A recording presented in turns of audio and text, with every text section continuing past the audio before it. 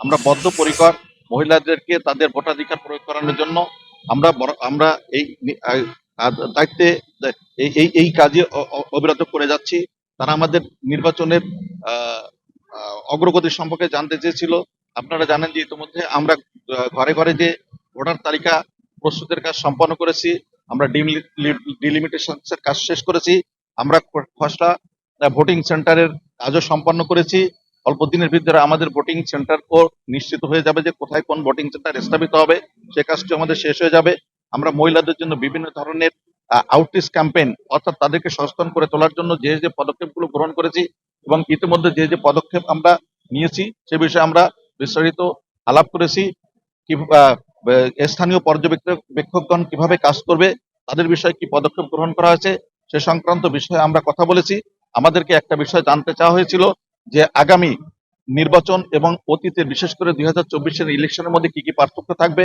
আমরা সেখানে সে কথাগুলো বলেছি যে বিভিন্ন ধরনের আইনের আহ সংস্কার, বিভিন্ন ধরনের আইনের পরিবর্তন যতটুকু প্রয়োজন সেগুলো আমরা বলেছি।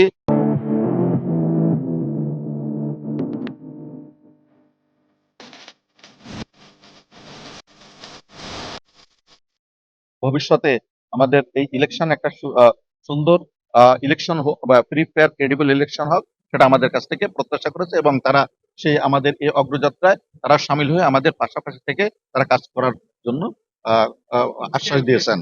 আপনারা জানেন যে আমাদের যে বাড়িতে বাড়িতে যে ভোটার তালিকা হয়েছে, ভোটার তালিকার জন্য যে ইকুইপমেন্ট দরকার ছিল, অর্থাৎ ক্যামেরা থেকে শুরু করে আইরিশ যন্ত্র থেকে শুরু করে স্ক্যানার থেকে শুরু করে ল্যাপটপ থেকে শুরু করে যা দরকার ছিল, আমরা কিন্তু ইউএনডিপি এর কাছ থেকে আমরা এই জিনিসগুলো ইতিমধ্যেই পেয়েছি। আবার ইলেকশন দিনের যে ম্যাটেরিয়াল গুলো আছে, সেই ম্যাটেরিয়াল গুলো কিছু কিছু ম্যাটেরিয়াল আমরা তাদের কাছ থেকে পাবো।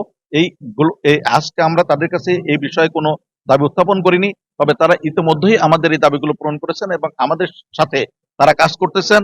এবং ইউএনডিপি আমাদের জন্য একটা ব্যালট প্রজেক্ট করেছে। সেই ব্যালট প্রজেক্টে শুধুমাত্র এই ইলেকশনকে কেন্দ্র করে নয়, আমাদের একটা সাস্টেনেবল ইলেকশন গণতন্ত্র ডেমোক্রেসি স্থাপনের জন্য আমাদের এই ইলেকশন কমিশনকে যতটা শক্তিশালী করা দরকার সেই শক্তিশালী করার জন্য তারা একটা প্রকল্প গ্রহণ করেছে। ইলেকশনের পরেও সেই প্রকল্পের কাজ চলবে এবং এই নির্বাচন কমিশন শক্তিশালী করানোর জন্য তারা কাজ করে যাবে।